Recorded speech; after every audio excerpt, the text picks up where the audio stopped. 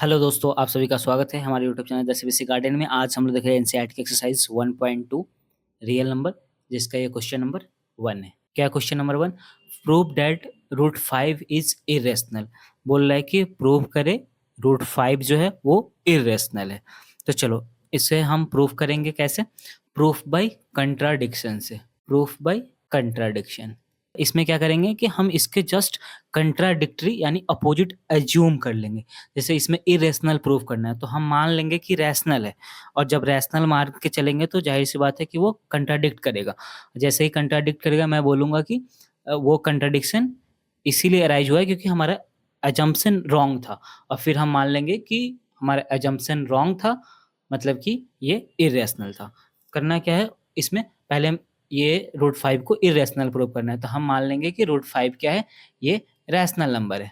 अब जब ये रैशनल है तो ये आगे रैशनल की प्रॉपर्टी शो करनी चाहिए, रैशनल की तरह बिहेव करनी चाहिए, लेकिन आगे हम देखेंगे कि ये रैशनल की तरह बिहेव नहीं कर रहा है। जो रैशनल नंबर की जो प्रॉपर्टी है उस तरीके से ये काम नहीं कर रहा है, तो हम क्या बोलेंगे कि रैशनल नहीं है। इसका मतलब है कि हमने जो माना था कि इसको रैशनल, वो हमारा मानना गलत था। इसका मतलब है कि ये इरेशनल है। ठीक है, तो चलो इसी मेथड का यूज करते हुए हम इसको प्रूफ करने की कोशिश करते हैं। चलो तो हम लेट कर लेंगे। क्या लेट करेंगे? Let root 5 is rational. हमने क्या मान लिया? अपोजिट मान लिया कि रूट 5 जो है रैशनल है। चलो ठीक है, जहाँ पे अब रूट 5 रैशनल है तो इसको हम क्या कर सकते हैं, पी बाई क्यू के फॉर्म में लिख सकते हैं। तो मान लिया कि ए बाई बी, तो पी बाई क्यू के फॉर्म में लिख सकते हैं, जहाँ पे क्यू क्या होता है, नॉट इक्वल टू 0। तो हमने क्या मान लिया, root 5 equal to a by b. अब यहाँ पे ए बी क्या है, a b are coprime. Coprime किसको बोलते हैं? जिसके बीच एक कॉमन फैक्टर हो, और वो कॉमन फैक्टर क्या हो, 1। मतलब दो नंबर के बीच में only and only one common factor होना चाहिए, दैट इज 1। चलो और क्या जानते हैं हम लोग, कोई भी रैशनल नंबर उसको पी बाई क्यू के फॉर्म में लिख सकते हैं। वहां पे क्यू नॉट इक्वल टू 0 होता है, तो यहाँ हमने क्या माना है, ए बाई बी, तो बी नॉट इक्वल टू 0। चलो root 5 equal to a b, b को इधर लाएंगे तो क्या आएगा, root 5 b equal to a. क्या करेंगे हम, दोनों साइड स्क्वायर करते हैं। चलो squaring both side, squaring both side, दोनों साइड स्क्वायर करेंगे। इस साइड स्क्वायर करेंगे क्या आ जाएगा, रूट 5 का स्क्वायर 5, बी का square B square equal to A square. आ गया। अब देखो 5 इधर मल्टीप्लीकेशन में है, इधर आएगा तो क्या करेगा, डिवाइड करेगा। ठीक है, तो हम क्या बोल सकते हैं, इसको हम लोग ना इक्वेशन 1 मान लेते, इसका बाद में यूज करेंगे। तो देखो 5 क्या करेगा, इधर आएगा तो ए स्क्वायर को डिवाइड करेगा, तो 5 डिवाइड्स ए स्क्वायर। 5 क्या कर रहा है, ए स्क्वायर को डिवाइड कर रहा है। अब कोई भी प्राइम नंबर अगर किसी के स्क्वायर को डिवाइड कर रहा है तो वो उस नंबर को भी डिवाइड करेगा ही। तो 5 अगर ए स्क्वायर को डिवाइड कर रहा है तो 5 ए को भी डिवाइड करेगा, तो हम कह सकते हैं 5 डिवाइड्स ए। चलो अब 5 ए को डिवाइड कर रहे हैं। अब देखो अब 5 अगर ए को डिवाइड कर रहा है तो कुछ तो इसके बीच कुछ तो मल्टीपल होगा, 5 इंटू समथिंग होगा। जैसे देखो मान लो अगर 10 है और 5 से डिवाइड करो तो 5 टू जा 10, मतलब 5 इंटू 2 इक्वल टू 10 था। तो वैसे ही यहाँ पे क्या है कि 5 इसको डिवाइड कर रहा है ए को, तो कोई तो नंबर होगा जिससे डिवाइड कर रहा होगा, तो मीन्स ए इक्वल टू क्या होगा, 5 इंटू कोई तो नंबर होगा जो इसको बराबर करेगा। तो हम मान लेते हैं उस नंबर को सी। चलो तो हम लिखते हैं, क्या लिखेंगे, 5c equal to A. 5c equal to A लिख सकते हैं। चलो अब इसको स्क्वायर करेंगे वापस, स्क्वायरिंग बोथ साइड, दोनों साइड स्क्वायर करेंगे।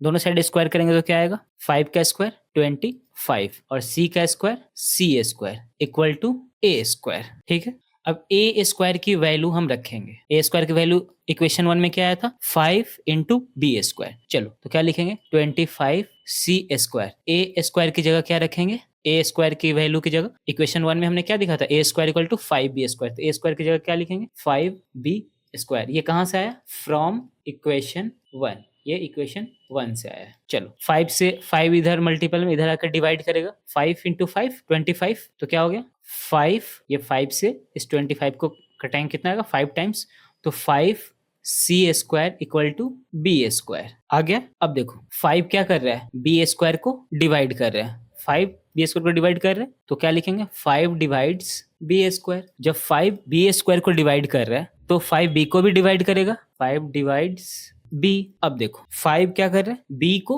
डिवाइड कर रहा है, और यहां हमने देखा क्या कि 5 जो है वो ए को डिवाइड कर रहा है। यहाँ हमने क्या देखा कि 5 ए को डिवाइड कर रहे हैं, और यहाँ पे क्या देखे 5 बी को भी डिवाइड कर रहे हैं। इसी बात को लिखेंगे। अब देखो हमने क्या माना था कि a by b, root 5 equal to a by b, where a and b are coprime, means a और b में कोई भी a और b का 1 के अलावा कोई कॉमन फैक्टर नहीं था। को प्राइम उसी को बोलते हैं जिसका केवल एक ही कॉमन फैक्टर हो 1। जबकि हम क्या क्या देख रहे हैं कि 5 जो है a को डिवाइड कर रहा है और 5 b को भी डिवाइड कर रहा है। इट मीन्स 5 a को भी डिवाइड कर रहा है अगर, और 5 b को भी डिवाइड कर रहा है, मतलब इन दोनों के बीच एक कॉमन फैक्टर है 5, तभी तो 5 से ये भी डिवाइड हो रहा है, 5 से ये भी डिवाइड हो रहा है। तो हम कह सकते हैं कि इन दोनों के बीच क्या है, एक कॉमन फैक्टर 5 है। जबकि हमने तो माना था कि a और b को प्राइम है, मतलब उसमें कोई भी कॉमन फैक्टर नहीं है 1 के अलावा, और हम क्या देख रहे हैं कि 5 कॉमन फैक्टर आ गया।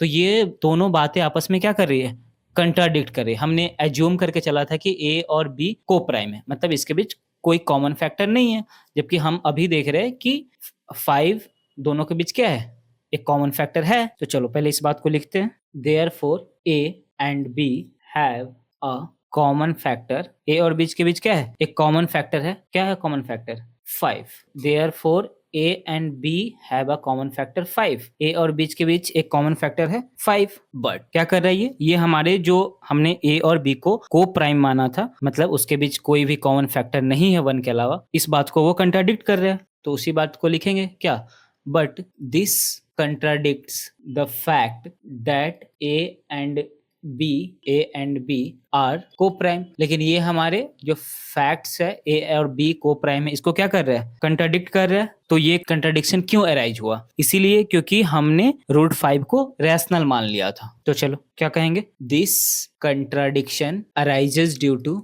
Wrong assumption. ये कंट्राडिक्शन क्यों अराइज हुआ, रॉन्ग अजम्पशन की वजह से। क्या था रॉन्ग अजम्पशन हमारा, कि रूट 5 इज अ रैशनल, यही हम लोग माने थे कि रूट 5 रैशनल है।